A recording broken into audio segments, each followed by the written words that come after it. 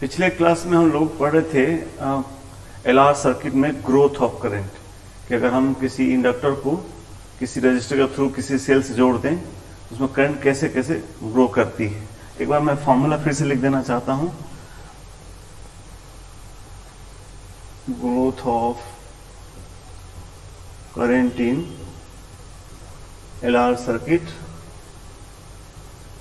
तो क्या क्या कैसे फॉर्मूला आ गया था, I equal to I naught 1 minus E power T by tau, जहां पर आई नॉट है ई बाई आर और ये कब की करंट है, when t tends to infinity, steady state current, और टॉ की वैल्यू आई है एल बाई आर। और इसको क्वेश्चंस को करने के तरीके क्या, ट्रिक क्या सिखाए गए कि जब इनिशियल करंट निकालना होगा तो ध्यान रखना है कि जिस भी विंग में कोई पड़ता है, अगर हमारा कोई कैपेसिटर इंडक्टर पड़ता है तो इंडक्टर से होकर इनिशियली कोई करंट फ्लो नहीं होगा, और फाइनली जहां पर इंडक्टर है वहां पर एक हम स्ट्रेट वायर मान के करंट आई निकाल लेंगे, वही आई नॉट होता है, और इस तरह से हम करंट लिख सकते हैं। हम लोगों ने इस पे पिछले क्लास में 2-3 क्वेश्चन भी किए थे। अब हम लोग इसको अगला कर रहे हैं, डीके, ग्रोथ के फिर दूसरा होता है यहाँ पर डीके, घटने का, डीके ऑफ करंट। एक्चुअली इस तरह का टर्म वहां पे कैपेसिटेंस में था, चार्जिंग ऑफ कैपेसिटर और डिस्चार्जिंग ऑफ कैपेसिटर। एक्चुअली यहाँ पे चार्ज आके स्टोर नहीं होता ना, इसलिए चार्जिंग वर्ड कहना अच्छा नहीं है, इसलिए करंट का ग्रोथ और करंट का घटना, डीके, इसलिए ऐसा नाम रखा गया, DK of current in LR circuit. ये कैसे होगा कि हमारे इसमें एक मान लीजिए एल होगा जिसमें मान लीजिए पहले से करंट ऐसे आई नॉट बह रहा हो और इसको स्विच कर दें, हम इस करंट को आर से जोड़ दें। ये कैसे कर सकते हैं, आर से जोड़ने के लिए कैसे जोड़ सकते हैं, जैसे मान लीजिए पहले ऐसा कोई सेल रहा होगा, ऐसा सेल से ये कनेक्टेड होगा, पहले स्टेडी स्टेट आ चुका होगा, है ना। तो यहां पर इस आर भी था ना हम लोग का, एल था और यहां पर ऐसे आर था, ये एल था और स्टेडी स्टेट पहुंच जा रहा था। तो कोई क्या करे, इस पे ऐसा स्विच लगा के रखे, यहां से ऐसा स्विच लगा के रखे, है ना, और इसको हम ऐसे कनेक्ट करें कि सेल हटके ये बाहर शॉर्ट हो जाए। तो यहाँ पे ऐसा एक टैप की होता है, यहाँ पे ऐसा हुआ, ये की इस पे लगी होती है, इसको इस पे शिफ्ट कर दिया जाता है, तो ये सर्किट यहाँ से ब्रेक हो जाता है, ऐसा है ना। यहाँ टैप की होती है, यहाँ से है, और इसको शिफ्ट करके इस पे कर देते तुरंत से, तो इससे क्या होगा कि ये सेल हट जाएगी और फिर ये एल इसमें जुड़ जाएगा। ये हमने तरीका बताया कि कैसे वो होता है सर्किट में, एल्स हमको तो क्वेश्चन कहेगा कि एक इंडक्टर है जिसमें आई नॉट करंट बह रहा है और उसको स्विच करके हम आर से जोड़ दिए, तो डीके बताओ, ये ऐसे होगा संभव, कैसे प्रैक्टिकली होगा ये हमने बताया। अब ये हो जाता है तो कि कैसे करंट बह गया हम लोग देखने जा रहे हैं। तो मैं ये पूरी चीज को हटा देता हूं, ये बात ये हो गई, सीधे जुड़ गया एक तरीके से। तो आई नॉट करंट बह रहा था इनिशियली और एल और आर आपस में से जुड़ गए, ठीक है। तो हम लोग को बताना है कि टाइम टी पर इसमें करंट कैसे कितना बहेगा टाइम टी पर। चलिए, तो आई नॉट बह रहा है, अब एक वक्त आ गया, ये टी को 0 का ये डायग्राम बना हुआ, इनिशियली आई नॉट बह रहा, अब टाइम टी पर मान लेते हैं करंट घट के आई घट के जो है आई नॉट घट के आई हो गया। कब, टाइम टी कितने में आई घटेगा, तो पीछे क्यों घटेगा, तो ये इसमें एनर्जी भी कितनी स्टोर है, half L I square, half L I not square, और वो रजिस्टर से जाएगा, तो रजिस्टर जानते हैं हर हालत में क्या करता है, एनर्जी को लॉस कराता है। तो धीरे धीरे एनर्जी का लॉस होगा, एनर्जी लॉस हो मतलब क्या, करंट ही लॉस होगी, half L I square, L तो घटेगा नहीं, इसलिए धीरे धीरे आई घटना चालू होगा। तो टाइम टी पे मानते हैं करंट घट के आई हो चुका, अब इसमें टाइम टी पर आई करंट बह रहा है, तो उस वक्त हम लोग इसमें लूप में अगर लिखें तो क्या लिखेंगे, यहाँ लिख देंगे minus L D I by D T नहीं, minus I R is equal to 0। याद होगा करंट के अलॉन्ग माइनस एलिवेटिव लिखते हैं, minus I R equal to 0। अब हम आई निकालना तो एक साइड किया जाए तो हो जाएगा L D I by D T equal to कितना, माइनस आई आर आएगा। देखिए इधर ले करेंगे तो यहां से डी आई बाई आई कितना हो जाएगा, डी आई बाई हो जाएगा R upon L into D T, minus में इंटीग्रेट कर देंगे इसको कि 0 टाइम पे करंट कितनी थी, आई नॉट थी, और टाइम टी पर करंट हमको बताना है। ठीक है, तो यहां से हो जाएगा L N I naught upon I naught into I is equal to कितना हो जाएगा, minus R T by L. अब लॉ घटाए यहां से हो जाएगा तो L N I upon I naught is equal to minus R T by L. So I equal हो जाएगा, लॉ घटाएंगे तो I naught E power minus R T by L, यानी पहले जैसा अगर करें तो हो जाएगा I equal to I naught E power minus T by tau. तो ऐसे करंट चेंज करेगी सर्किट में, बदलाव करेगी करंट को। अगर हम इसको ग्राफ बनाना चाहें, आईटी ग्राफ,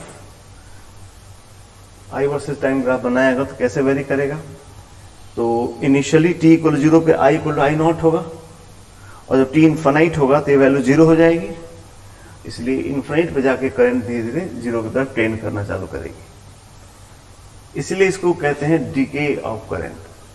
कैसे कैसे करंट घट रही, डीके ऑफ करंट। तो ये तो सिंपल है, formula simple, I equal I naught E power minus T by tau. अब इसमें कोई निकालने को क्या पूछेगा भाई, आई नॉट पूछेगा क्या, आई नॉट तो देंगे कि इनिशियली कितना करंट बह रहा था, आई नॉट तो गिवन क्वांटिटी होगा, और टी बाई टाउ, टाउ निकालना जानते ही एल बाई आर, टाउ अपना वही है, tau is time constant, L by R नीचे आ जाएगा, एल का क्रॉस जो सर्किट का आर बनता है वैसा करेंगे। तो कुछ इसमें ये तो सिंपल है, डीके में सिंपल है, I equal to I naught, growth में कितना है I equal 1 minus E power T by tau, और डीके में है I equal I naught E power minus T by tau, tau is L by R. ठीक है बालक, तो इसको अगर हम समझे तो क्या करें, इनिशियली सबसे बड़ी करंट बह रही है और धीरे धीरे करंट घटती चली जाएगी, इन्फिनिट पे जाकर करंट 0 हो जाती है।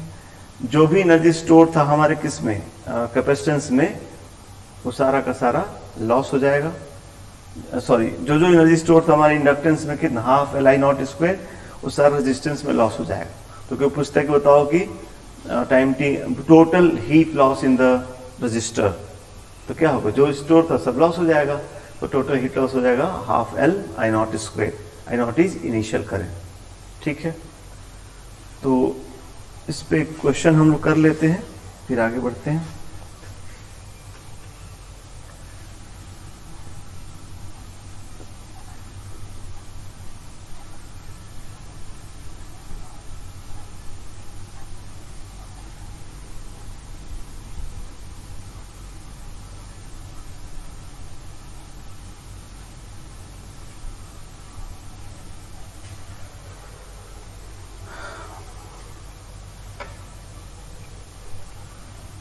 क्वेश्चन किया है कि यह है कि एक ऐसे रेजिस्टेंस है और एक इंडक्टर है, एक और यहाँ पे इंडक्टर ऐसा लगा हुआ है, इंडक्टर नहीं, बीच में एक रजिस्टर लगा है।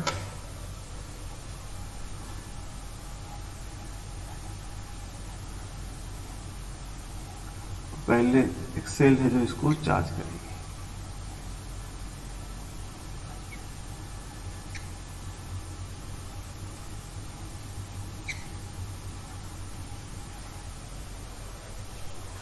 डायग्राम बनाइए।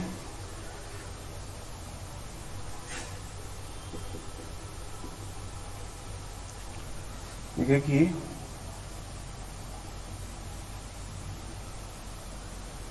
the switch S is closed at time t equal to 0.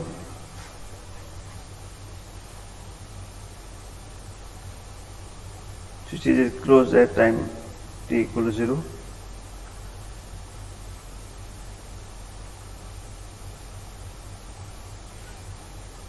Then find current through each resistor.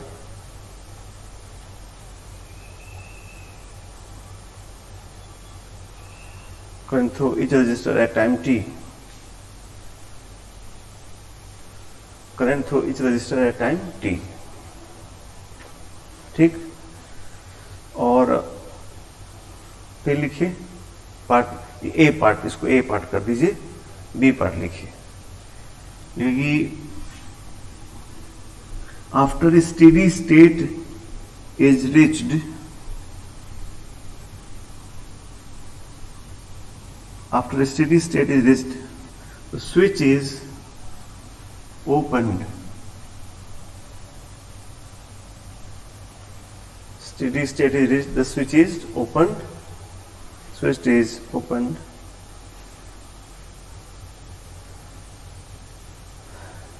ठीक है, फिर स्टॉप कर लिखिए। Taking this moment as t equal to 0, taking this moment as t equal to 0, find current through each resistor at time t. Current through each resistor at time t. Also find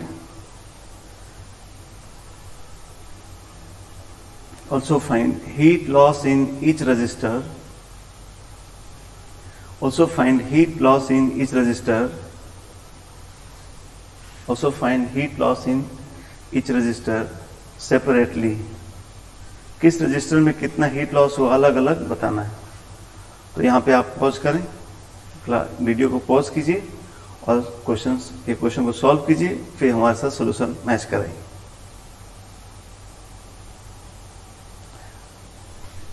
उम्मीद करते हैं सारे friends अपने से solve किए होंगे और हम लोग अपना सॉल्यूशन एक दूसरे से मैच करा रहे हैं। तो बालक पहले स्विच ऑन किया तो चार्जिंग स्टार्ट हो जाएगा, मतलब ग्रोथ स्टार्ट हो जाएगा एक तरीके से। इस ऊपर वाले में करंट I1 कह देते हैं, नीचे वाले में I2 कह लेते हैं। तो कितनी करंट बह जाएगी? ये क्वेश्चन हम लोग किए हैं, पिछले क्लास में क्वेश्चन किए हैं, इसलिए हम डायरेक्ट आंसर एक बार जल्दी से लिख देते हैं। ये पार्ट का कि I2 is E/2R and I1 is, ये हमेशा कांस्टेंट रहेगा, I1 is E/R 1 minus E power T/τ, τ is L/R। ये हमने पिछले क्लास में कराया था क्वेश्चन, इसलिए इस पर ज़्यादा हम फोकस नहीं कर रहे हैं। बी पार्ट हम कर रहे हैं आपके लिए, आप कर भी दिए होंगे, ऐसा कोई बड़ी बात नहीं है। कहता कि पहले स्टेडी स्टेट पहुंच जाने दीजिए, पहुंच गया। इसमें करंट स्टेडी स्टेट में इसमें करंट बह रहा होगा E/2R और इसमें बह रहा होगा E/R। अब स्विच को ऑफ कर देते हैं अगर, तो क्या हालत हो जाएगी? स्विच ऑफ करने से ये सर्किट यहां से हट गया, है ना, सर्किट यहां से हट गया। इसके बाद सर्किट के हटते ही इस करंट का कोई मतलब अब नहीं रह गया, बिकॉज वोल्टेज ही हट गया। लेकिन जो ये I1 थी अपनी, वो तो ऐसे चल के इसमें से जाना चालू हो जाएगी। So this current will start decaying with time and we can find its value at time t. So we'll say that I दोनों में सेम रहेगा, अब तो सीरीज में हो जाएंगे। R to R same current will flow through both the resistors. So they will be taken in series. So इन्हीं I decay का हम फॉर्मूला लिख रहे हैं, I equal to I0 E power minus T/τ। I is initial current। Initial का मतलब जो शुरुआत से यहाँ बह रही थी बालक, यानी पिछले पार्ट के हिसाब से वो स्टेडी स्टेट करंट हुई। तो स्टेडी स्टेट करंट हो जाएगी कितनी? E/R। तो यहाँ हो जाएगा ये करंट है ना E/R अपना पिछला वाला। तो I0 की जगह E/R लिखेंगे और E पावर माइनस T/τ। टॉ में क्या हो जाएगा? L के क्रॉस सर्किट का रेजिस्टेंस कितना? 3R। तो ये ऊपर चले जाएगा 3R। सो ये करंट हो गया दोनों में करंट होगा और इनफाइनाइट टाइम पर जाके करंट फिर जीरो हो जाएगी। और जितना भी एनर्जी था वो इन दोनों में लॉस हो जाएगा, हीट लॉस हो जाएगा। तो ऐसा क्वेश्चन, ये पार्ट टाइप का क्वेश्चन हम लोग कैपेसिटेंस में किए थे, डिस्चार्जिंग ऑफ कैपेसिटर पढ़ रहे थे। तो उसमें कहा गया था कि इसमें अगर हीट लॉस H1 कहें, इसमें हीट लॉस H2 कहें, तो हम कह सकते हैं कि H1 plus H2 is equal to half L I naught square. I naught मतलब half L in I naught मतलब E बाई R का स्क्वायर। ये क्वेश्चन 1 हो गया दोनों का। और जो H होगा वो रेजिस्टेंस के प्रोपोर्शनल होगा। ये बात हुई थी कि हीट लॉस का फॉर्मूला होता है कितना, I square RT, I square RT। तो I दोनों में सेम रहेगा, इक्वल टाइम तो रहेगा, इसलिए जो हीट लॉस होगा रेजिस्टेंस के प्रोपोर्शनल हो जाएगा। इसलिए हम कह सकते हैं कि H1 upon H2 equal to R by 2R, that is 1/2। तो ये दो बातें हो गई, यानी इस वैल्यू को 1:2 में हम डिस्ट्रीब्यूट कर देंगे रेशियो में, तो अपना आंसर आ जाएगा। इसलिए डीके में कोई अलग से बहुत मुश्किल क्वेश्चन नहीं होता है, ग्रोथ वाले में थोड़ा सा है, ध्यान रखना है। तो इस तरह से हम ये इस टॉपिक को फिनिश करते हैं, LR सर्किट को, जहाँ पर हम रेजिस्टेंस, इंडक्टर को हम लोग चार्ज कर रहे हैं, इंडक्टर को चार्ज कर रहे हैं रजिस्टर के थ्रू। तो पहले करंट ग्रोथ हो रहा है, डीके हो रहा है, एनर्जी स्टोर हो रही है ना। अब इसके बाद हम लोग आगे बढ़ते हैं। ये अपना एक पार्ट पूरा हुआ, और टॉपिक हेडिंग लिखाया गया था ना आपको, टाइप्स ऑफ इंडक्शन। तो ये एक था आपका कौन, टाइप्स ऑफ इंडक्शन में आपने पढ़ा भी सेल्फ इंडक्शन, दूसरा है म्यूचुअल इंडक्शन। तो हम लोग सेकेंड टाइप ऑफ इंडक्शन पढ़ने जा रहे हैं।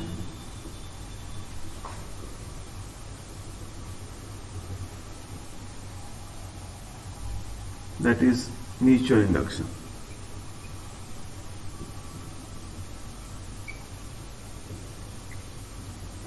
म्यूचुअल इंडक्शन, तो सेल्फ इंडक्शन में क्या था कि जिस कॉइल में हम करंट बहाते थे और उस करंट को वेरी कराते थे, तो उसी खुद के कॉइल में ही फ्लक्स के चेंज की वजह से उसमें ईएमएफ जनरेट हो जाता था। इसलिए ऐसे इंडक्शन को हम लोग सेल्फ इंडक्शन कहते थे। म्यूचुअल में क्या होगा कि दो लोगों के बीच में होगा, एक कॉइल में करंट फ्लो कराएंगे, उसकी वजह से दूसरे में फ्लक्स चेंज होगा, और दूसरे में इंडक्शन जो होगा वो होगा एक दूसरे का आपसी म्यूचुअल। जैसे बालक देखो, जैसे मान हमारे पास एक ये सर्कुलर लूप है, और एक यहाँ पे उसके सामने में एक और सर्कुलर लूप हमेशा रख दिए, सेम एक्सिस पे ऐसे रख दिए।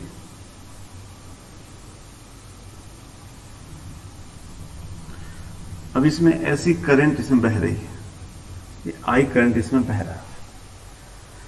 तो आई करंट बह रहा, तो ये किधर भी बना, इसका एम इधर आएगा, यानी इसमें से ऐसे मैग्नेटिक फील्ड लाइंस बनेंगी।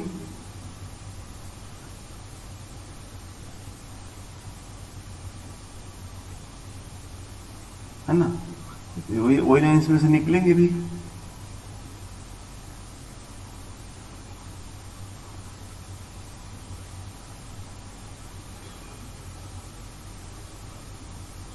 ये लाइंस इसमें आई हैं और जाके ये उस अगले से ही पास कर रही है।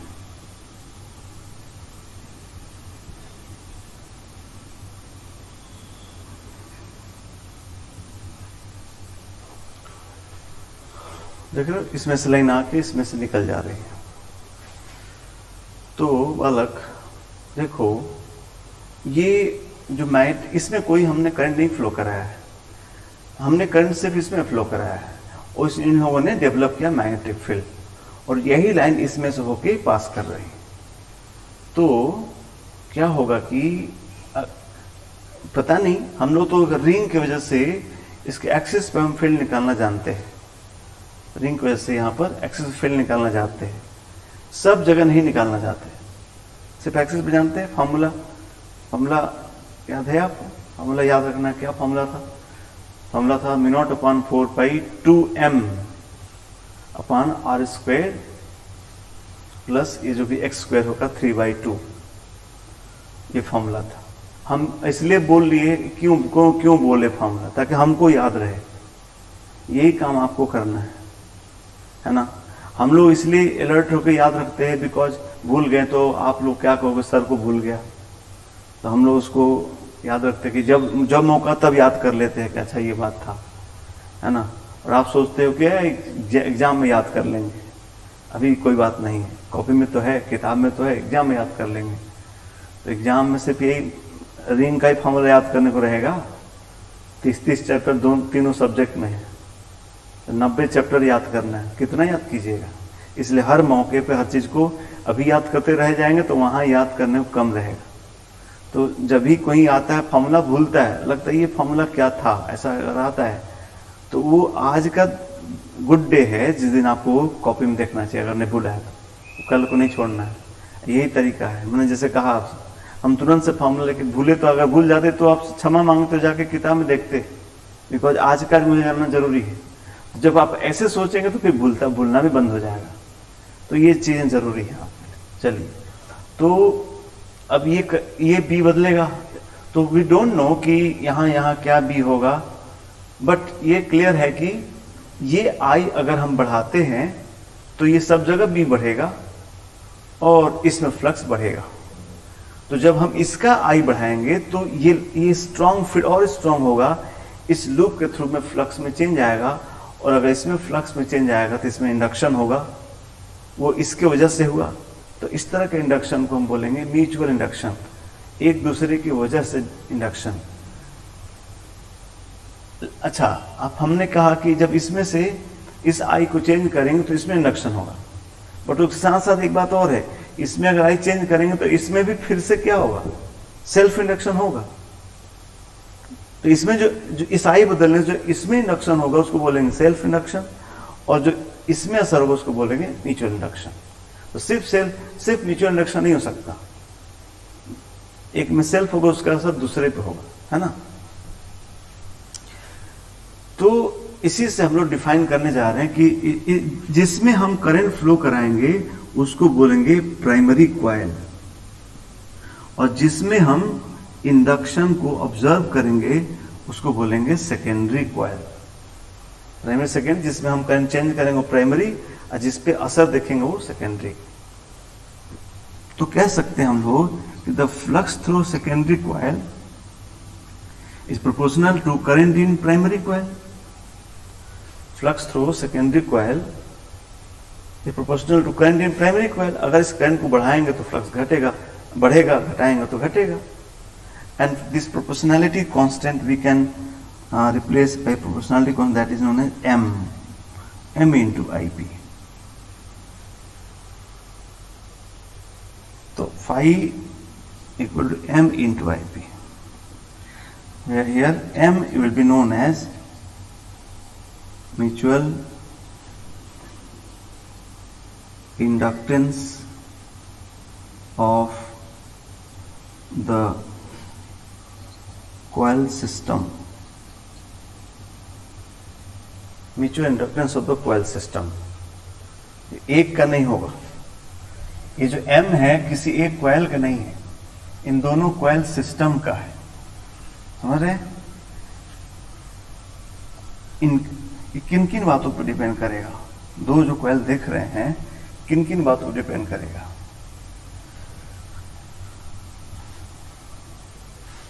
अच्छा, एक बात, पीछे सोलेनॉइड पढ़ाए थे, सोलेनॉइड में इंडक्टेंस का एक ही तो फार्मूला पढ़ाया गया था सोलेनॉइड का।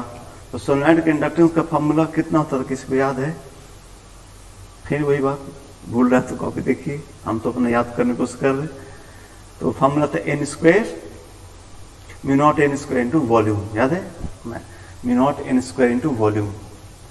तो उस फॉर्मूले, क्यों मैं आपको फॉर्मूला यहाँ पे रिमाइंड कर रहा हूँ, इसलिए कि कोई पूछे कि किसी कॉइल का इंडक्टेंस किन किन बातों, इंडक्टेंस जो L है सेल्फ इंडक्टेंस, किन किन बातों पर डिपेंड करता है, तो क्या क्या बताएंगे आप लोग। कॉपी में पीछे जहाँ ये लिखा है सोलेनॉइड वाली बात, वहाँ इसको नोट भी कर लीजिएगा, है ना। तो कोई पूछे कि inductance of any coil, actually will take reference of that solenoid but it will be valid for all types of coils. So if he observed the formula for inductance of a solenoid, it was mu naught n square into volume. So we can say that the factors at which this inductance, self inductance depends are क्या क्या, mu naught. Mu naught means permeability. तो उस coil का अंदर का permeability depend करेगा. बालक अगर जो सोलेनॉइड थी अपनी उसमें हम एक कोर डाल दें, फेरोमैग्नेटिक मटेरियल उसके वॉल्यूम के अंदर ऐसा कोर डाल दें, तो अंदर म्यू नॉट कितना लेना पड़ेगा, म्यू लेना पड़ेगा. याद है म्यू नॉट 1 प्लस काई, तो म्यू बदल जाएगा नहीं बदल जाएगा, तो बढ़ जाएगा. एक्चुअली फेरो है तो बढ़ जाएगा. तो उस कॉइल के अंदर का जो मटेरियल उसका प्रॉपर्टी डिपेंड किया. पहला बात magnetic property of material inside the coil. दूसरा है एन स्क्वायर और वॉल्यूम. एन क्या है, नंबर ऑफ लूप्स पर लेंथ, मतलब उसका ज्योमेट्री साइज पे डिपेंड करेगा. वॉल्यूम उसका वॉल्यूम भी साइज है. और ऑफ कोर्स जब वॉल्यूम कह दिया तो फिर आपको शेप भी बोलना पड़ेगा, शेप एंड साइज बोलना पड़ेगा. शेप इसलिए कि वॉल्यूम का, हर चीज का वॉल्यूम का फॉर्मूला सेम थोड़ी होता है. सिलेंडर का अलग होगा. अगर वही जो सोलेनॉइड है उस सर्कुलर लूप में है, अभी उसका क्रॉस सेक्शन ऐसा स्क्वायर में हो जाता, अलग फॉर्मूला लग जाएगा. इसलिए दो बात हो.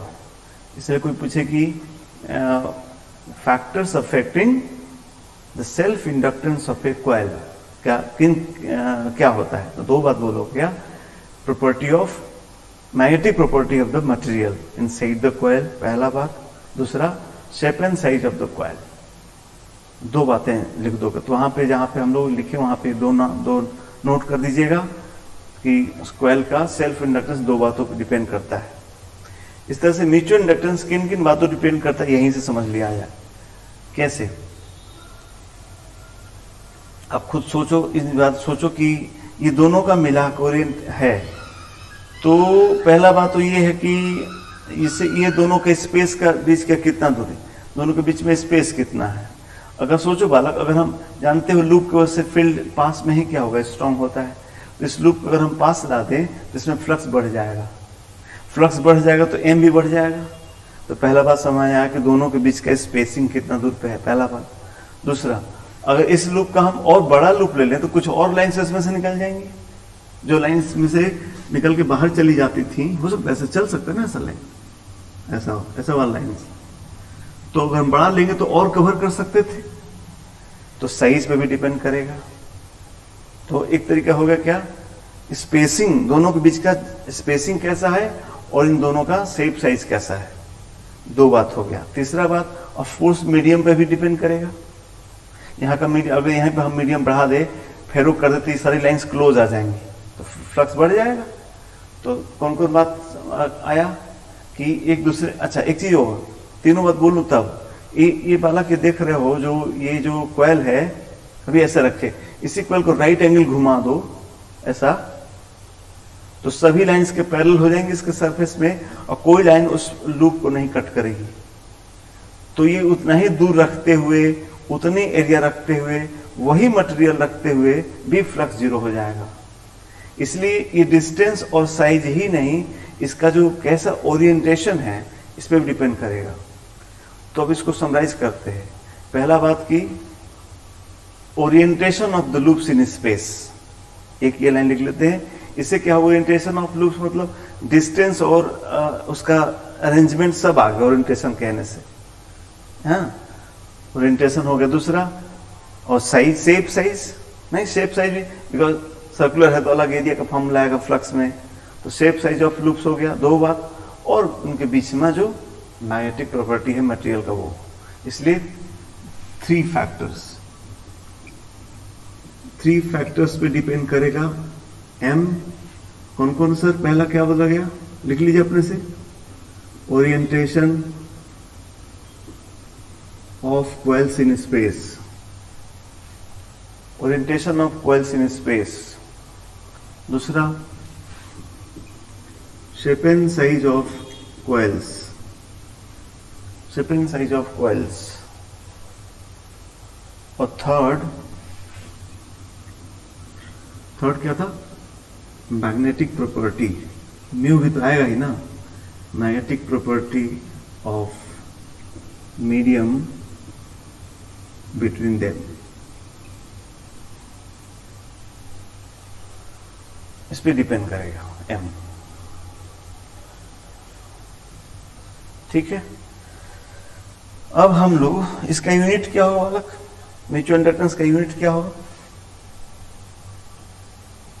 सेम होगा। देखो वहां भी था phi equal to L I, phi equal to M I, तो बात तो वही हुआ ना, सेम ही आएगा, इसलिए ये भी आएगा, हेनरी ही आएगा।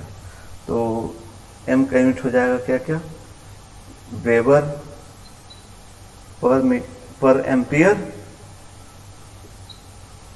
एंड दिस विल बी क्या, हेनरी रखेंगे।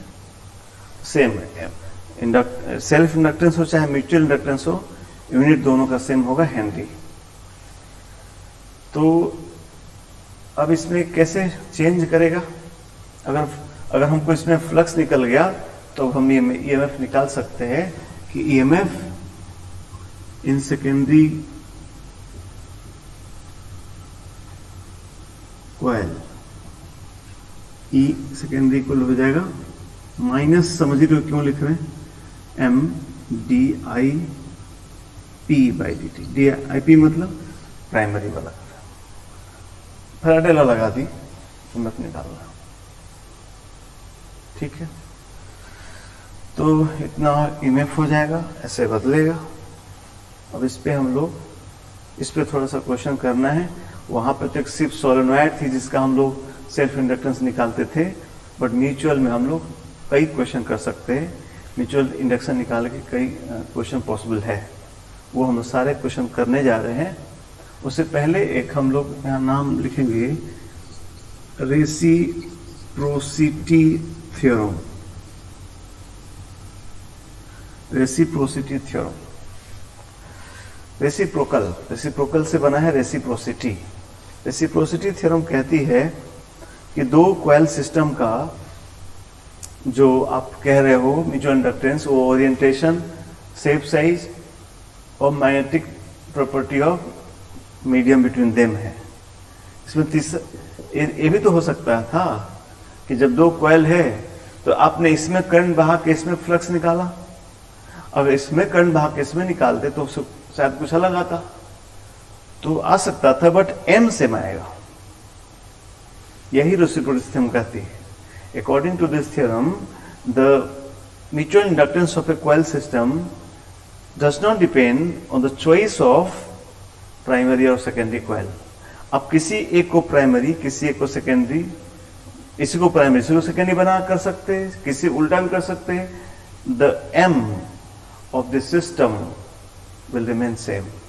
This is known as reciprocity theorem.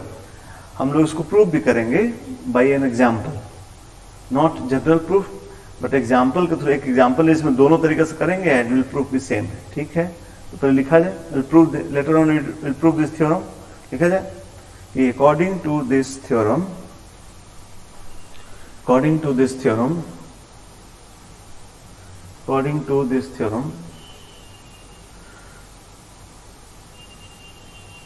the mutual inductance of a coil system,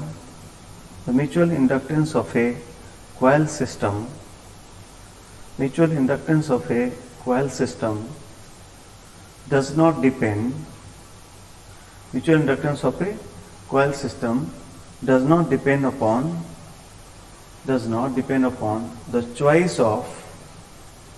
not depend upon the choice of primary or secondary coil. Primary or secondary coil.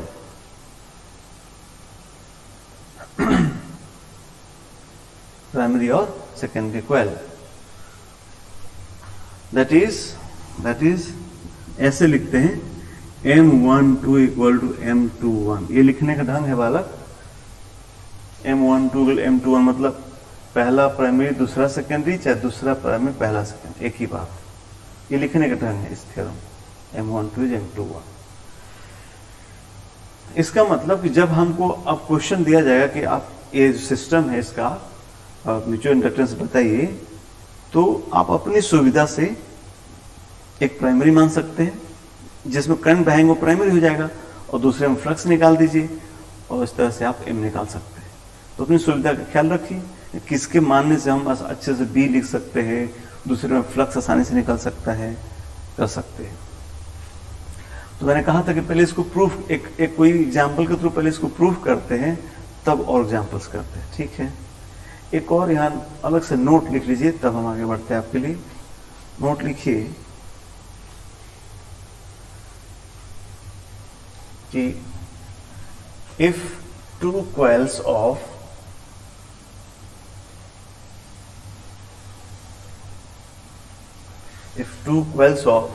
self-inductance L1 and L2, two coils of self-inductance L1 and L2, two coils of self-inductance L1 and L2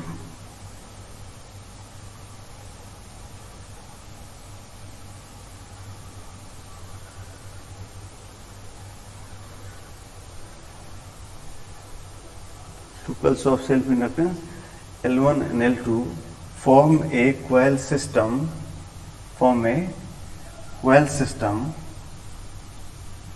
then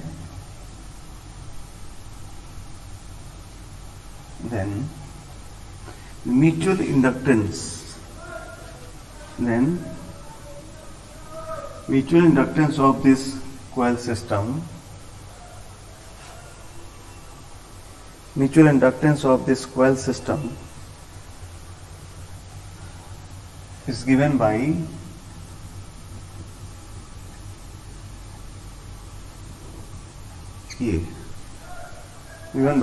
m equal to k root L1 L2, where k is known as coupling constant.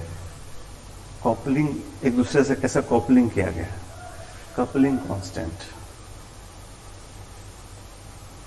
And this constant varies between 0 से 1 तक। 0 से 1 के बीच में k very करता है। कैसे very करता है, क्या होता है, एक जानकारी और ले लें। मतलब मैक्सिमम कितना हो गया, किसी दो कोयल सिस्टम जिनका म्यूचुअल इंडक्टेंस L1 L2 हो, उनका मैक्सिमम म्यूचुअल इंडक्टेंस कितना हो सकता है, रूट L1 L2 हो सकता है, और मिनिमम 0 हो सकता है। नेगेटिव का तो कोई मतलब ही नहीं। तो ये k पे डिपेंड करता है, एक दूसरे एक्चुअली ओरिएंटेशन कैसा है इस पे डिपेंड करता है k। जैसे k इक्वल टू 0 का मतलब क्या, k इक्वल 0 का मतलब कि दो कॉइल्स ऐसे रखी हैं कि पहले में से निकलने वाला कोई भी मैग्नेटिक लाइन दूसरे से पास ना करे। जैसे अभी हमने यहाँ सिचुएशन बनाया था कि एक कॉइल जो ऐसा लिया था, दूसरा कॉइल फ्लैट ले लिया था, तो सारी लाइन ऐसे हो गई, इसमें से कोई लाइन जाएगी नहीं। तो कॉइल वही रहे, बट उनका ओरिएंटेशन ऐसा कर दिया जाए कि इस प्राइमरी कॉइल की कोई भी लाइन सेकेंडरी से पास ना करे, तो k इक्वल 0 ले लेंगे। k equal 0 if क्या, if no fill line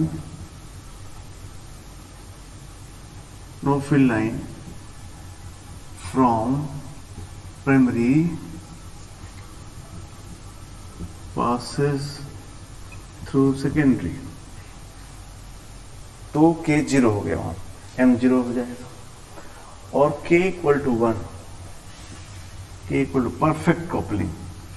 k equal में क्या हो, हाँ, दो रिंग लिया, दो एकदम एक जैसा रिंग लेके एकदम सटा के रख दे, ये छोटा बड़ा भी एकदम पास में रख दे, तो क्या हो जाएगा, ऐसा हो कि प्राइमरी की जितनी लाइंस है सब सेकेंडरी में होकर पास कर जाए, तो उससे बड़ा कोई इंडक्टेंस नहीं हो सकता म्यूचुअल। सो उसमें लिखता है कि इफ क्या, all field lines from primary passes through secondary. All field lines from primary passes through secondary, तो K इक्वल 1 ले लेंगे। तो इसलिए किसी दो कॉइल सिस्टम का सबसे बड़ा म्यूचुअल इंडक्टेंस होता है कितना, √L1L2, उससे बड़ा नहीं होता। ठीक है, ओके। अब हम लोग करने जा रहे हैं, एक एग्जाम्पल्स करने जा रहे हैं, मतलब कॉइल सिस्टम दिए जाएंगे और आपसे उसके म्यूचुअल इंडक्टेंस पूछा जाएगा कि सिस्टम का म्यूचुअल इंडक्टेंस बताइए। तो हम पहले वही क्वेश्चन करते हैं जिससे रेसिप्रोसिटी थ्योरम प्रूव हो जाए। और ये एनसीईआरटी का एग्जाम्पल भी है, ये एनसीईआरटी का एग्जाम्पल भी है, ध्यान रहे, माने ये बोर्ड एग्जाम के लिए भी पूछा जाता है। तो डायग्राम बड़ा थोड़ा मुश्किल टाइप का है, मैं बना रहा हूं, मेरा देख लीजिए फिर बनाइए। एक्चुअली क्या है, दो सोलेनॉइड्स लेने हैं कोएक्सियल, एक ही कोएक्सियल, एक छोटा एक बड़ा, दो सोलेनॉइड लेना है। तो मैं कैसे, आप भी ऐसे बनाइएगा। मैं क्या करूंगा, पहले कोई एक लाइन ले लूंगा जो एक्सिस लिखूंगा, और एक छोटा सा सोलेनॉइड पहले इसके अंदर में बना लेता हूं ऐसा। ठीक है, एक सोलेनॉइड हुई, और दूसरी सोलेनॉइड इसी भी लेना है, लेकिन उसका क्रॉस सेक्शन बड़ा लेना है।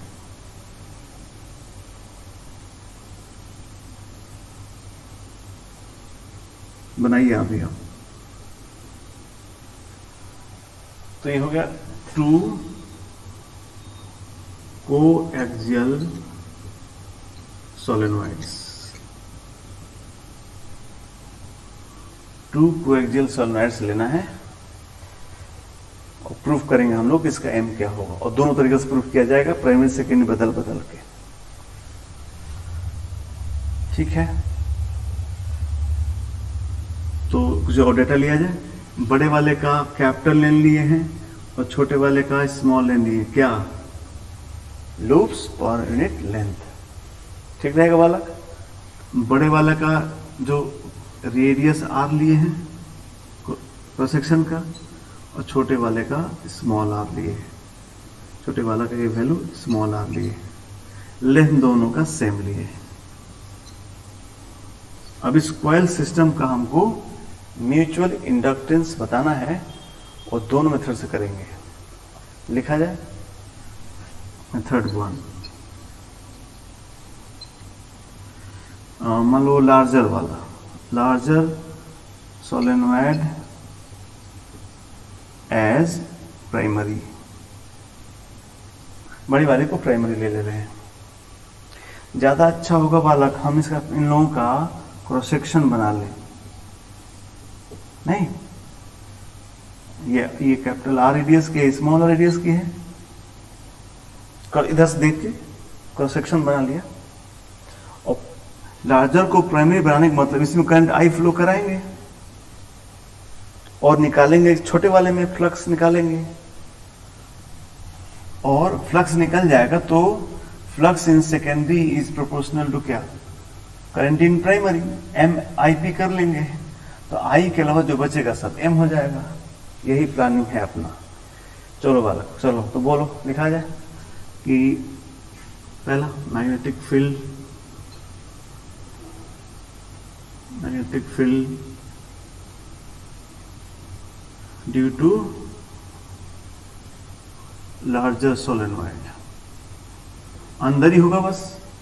किधर होगा, देख रहे एम अंदर आ रहा है ना, तो क्रॉस आएगा हर जगह, ये क्रॉस मैग्नेटिक फील्ड आएगा। Solenoid B is equal to कितना आ जाएगा, mu naught capital N I. ठीक, अब लिखा जाए, अब फ्लक्स निकाला जाए। Flux through each loop of smaller solenoid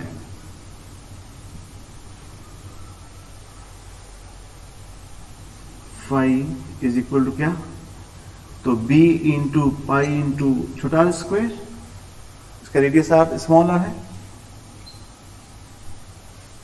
तो ये हो गया। B का वैल्यू पुट कर दे, mu naught capital N I into pi into R square. ये छोटे सोलेनॉइड के एक लूप से फ्लक्स हुआ, तो टोटल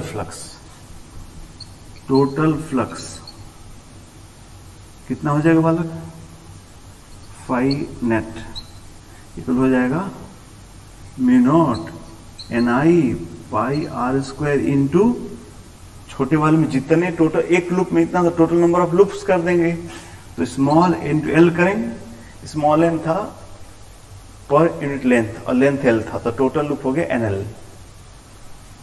तो ये हो गया mu naught capital N small N pi R square L into I. ये हुआ 5 जो नेट टोटल जितना भी है।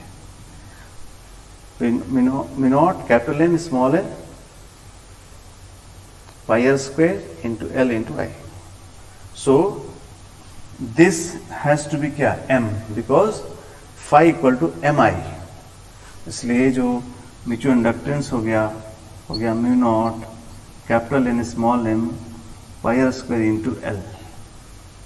ये प्रूफ हो गया दोनों सिस्टम का मैग्नेटिक म्यूचुअल इंडक्टेंस इतना आएगा। अब हम लोग मेथड 2 किया जाए। मेथड 2 में क्या लिया जाए, बदल दिया जाए। अब हम अंदर वाले को प्राइमरी लेंगे और बाहर वाले से फ्लक्स निकालेंगे। तो इस बार हम लोग छोटे वाले को प्राइमरी लेते हैं। तो इसमें करंट फ्लो कराते हैं मान लो बालक, हम लोग ऐसे करंट फ्लो कराए, ये अपना आई होगा। तो हम लोग क्या ले रहे हैं,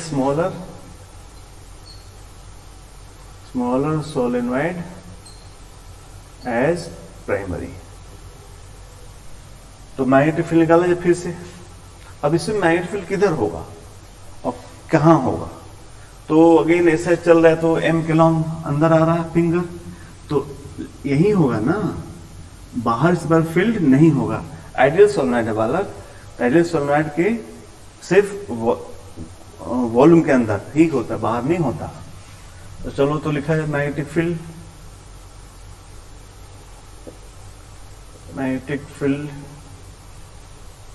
ड्यू टू मैग्नेटिक फील्ड कितना हुआ बोलो, बी इक्वल टू कितना लिख दोगे, म्यू नॉट इंटू छोटा आई, छोटा एन आई। सो फिर से वही सब आते हैं, flux through each loop of larger solenoid कितना हो जाएगा, हो जाएगा 5 अब देखो भले ही रेडियस आर है लेकिन इसमें बी नहीं है, तो बी जहां है उतने एरिया का तो लिखोगे ना, इसलिए क्या लिखोगे, बी इंटू कौन पाई आर स्क्वायर ही लिखाएगा, बिकॉज बड़े वाले के टोटल एरिया में से सिर्फ यही पाई आर स्क्वायर ही एरिया जिसमें फ्लक्स है, इधर तो फ्लक्स ही नहीं है, इसलिए तो ये हो जाएगा mu naught N I into pi R square. So total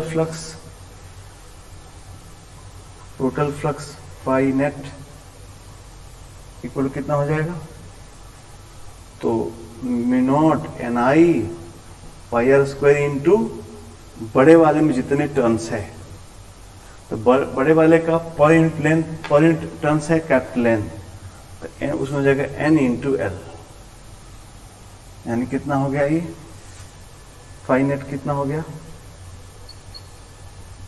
mu naught N capital N pi R square L into I.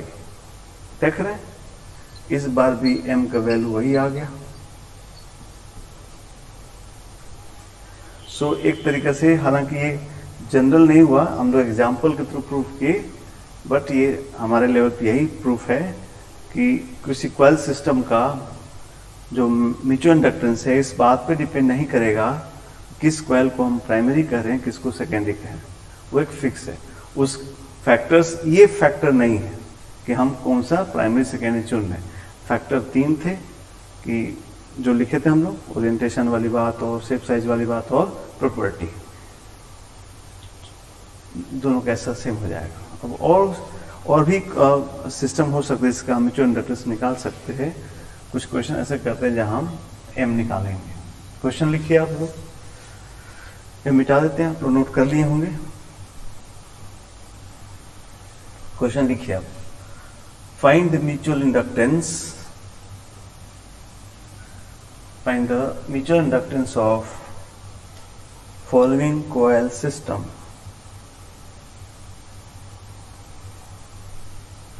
mutual inductance of following coil system। पहला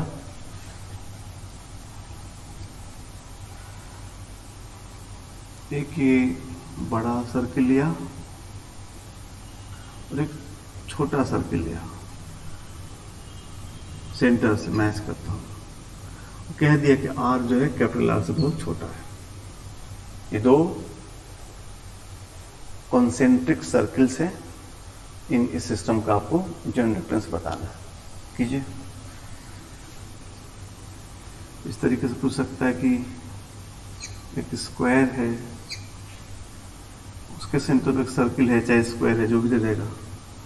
इसका साइड L दे दिया, इसका R दे दिया, फिर यहां भी कह देगा ये बहुत ऐसा है। तीसरा, एक इन्फिनाइट वायर और एक कोई भी ऐसा स्क्वायर लूप, चाहे कुछ भी, इन्फिनाइट वायर और एक स्क्वायर लूप, कह देगा ये A है और इसका भी साइज A है। इन तीनों का आपको म्यूचुअल इंडक्टेंस बताना है। कीजिए सब लोग, यहाँ अपना सॉल्व करना चालू। किसी एक कॉइल में करंट बहाइए, उस करंट से दूसरे बी निकाल दूसरे फ्लक्स निकालिए। फ्लक्स के एक्सप्रेशन में आई के अलावा जो कुछ बचा वही आपका आंसर होगा।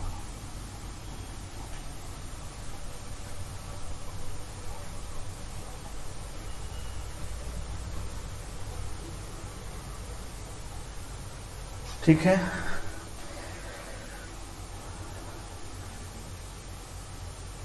उम्मीद करते हैं सब लोग यहाँ पॉज करके सारा क्वेश्चन सॉल्व कर लिए होंगे। नहीं किए तो पॉज कीजिए फिर से, तभी आगे का सॉल्यूशन देखिए। चलिए मैं आपके लिए सॉल्व करता हूँ। सभी फ्रेंड्स सॉल्व कर लिए हैं, हम लोग अपना सॉल्यूशन मैच करा रहे हैं। अब हमको आज़ादी है कि हम प्राइमरी और सेकेंडरी अपने चॉइस के हिसाब से चुनें, सुविधा के हिसाब से चुनें। तो इसमें देख रहे हैं, ये देना मजबूरी है क्वेश्चन में, नहीं देगा तो क्वेश्चन सॉल्व नहीं हो सकता। बिकॉज इसके द्वारा बाहर तो निकालना आता नहीं है, बड़े के द्वारा सेंटर निकालना आता है हम लोग को, और ये छोटा दिए हैं तो हम इसी में करंट आई बहाएंगे और जो इसके द्वारा जो सेंटर फील्ड होगा वही उस छोटे सर्किल पे यूनिफॉर्म मान लेंगे, तभी वो चीज दिया हो। अगर ना दे तो क्वेश्चन अनसॉल्वेबल हो जाएगा। चलिए, तो हमने बड़े वाले को प्राइमरी माना, उसके वजह से इसके सेंटर पे बी कितना हो जाएगा सर? बी हो जाएगा mu naught I upon 2R। अगर आपको फॉर्मूला याद है सर्किल का, तो एक फॉर्मूला है, इसलिए फ्लक्स हो गया कितना? Mu naught I upon 2R into pi R square, pi R square. तो कितना हो जाएगा? इसलिए जो आई के अलावा जो बचा सब क्या हो गया? एम हो गया। तो क्या म्यू नॉट पाई छोटा आर स्क्वायर अपॉन 2R। बस सिंपल, इस तरीके से। अब इसमें सर्किल नहीं, यहाँ पर यहीं पे स्क्वायर दे देगा, ट्रायंगल दे देगा छोटा सा, तो वही एरिया लिखिएगा यहाँ पर। ये दोनों एक जैसा होना जरूरी नहीं है, बिकॉज एक जगह बी है, छोटा एरिया में वही बी यूनिफॉर्म मान के आंसर लिखना है। यहाँ स्क्वायर हो गया, फिर हम बड़े वाले को ही मानेंगे, इसको ऐसा मानेंगे। इसकी वजह से बी निकालना हम जानते हैं, वो फॉर्मूले से 45 याद आ रहा है आपको फॉर्मूला से, वही लिख रहे सर। फ्लक्स इस बार लिख रहे, फ्लक्स लिख रहे mu naught I upon 4 pi D, 4 pi D याद है, L/2 cos theta 1 plus cos theta 2, 1/√2 plus 1/√2, ये फॉर्मूला पढ़ाया गया। इनटू ये एक साइड का हुआ, इनटू कितना कर लेंगे? 4 कर लेंगे, तो चारों साइड का बी हो गया, इनटू पाई इंटू छोटा आर स्क्वायर। अब यहां से जो आई छोड़ देंगे, उसके वो आई जो आई लिखकर बचेगा वो अपना एम हो जाएगा। पाई से 4 पाई कैंसिल कर दिया हमने। ये देखिए, ये √2 1/, ये √2 हो जाएगा, 2 पर चले जाएगा तो हो जाएगा म्यू नॉट 2 5 हो गया, आई हटा दिया जाए तो 2√2 mu naught R square upon L, नीचे एल है, ठीक है, into I. So this is और क्या? M. Last question C part. अब इसमें इसको ऑफकोर्स सबको समझ आता होगा, इसी को बनाएंगे, बिकॉज इसके द्वारा इसमें कैसे निकालेंगे, इसका हमने आई निकालना। इसमें फ्लक्स निकालने के लिए एक्स चल के एक स्ट्रिप ले लेंगे, ऐसा है ना, स्ट्रिप ले लेंगे, फ्लक्स निकाल के इंडिकेट कर देंगे फ्लक्स को। एक्स वहां से लिया है तो क्या करेंगे हम लोग, तो फ्लक्स निकाल रहे हैं हम लोग। फ्लक्स विल बी इंटीग्रल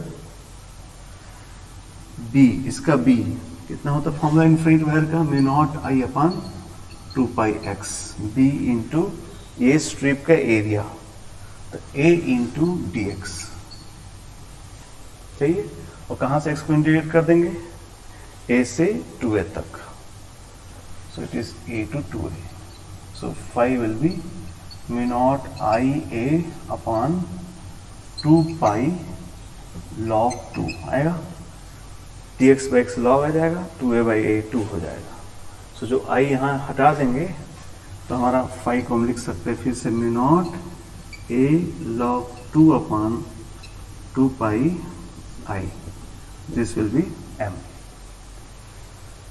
ठीक है, ये वो म्यूचुअल इंडक्टेंस।